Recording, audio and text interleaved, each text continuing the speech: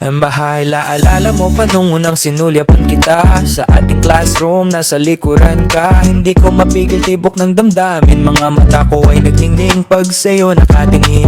Hindi ko maipaliwanag kung bakit ganito. Ang sabi nila pag-ibig daw ito, hindi ko sinasadya na sa'yo ito maibalik. Pusang dumating, hindi ko kayang awatin. Hanggang sa kumilos na nga ako, lahat ay kinusap ako para lang mapalapit sa'yo. Unang batian, parang magpagkailaman sa sobrang kilig, ngiti ko'y hindi mapawid.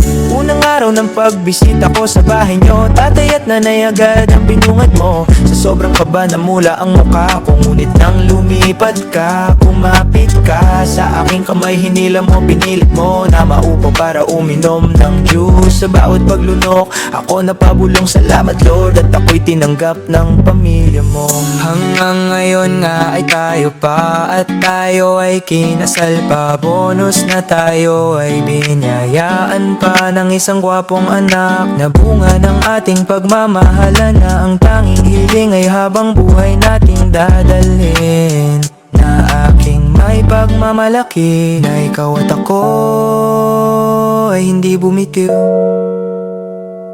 Sa hirap at ginhawa, ikaw lang at wala nang iba, yeah.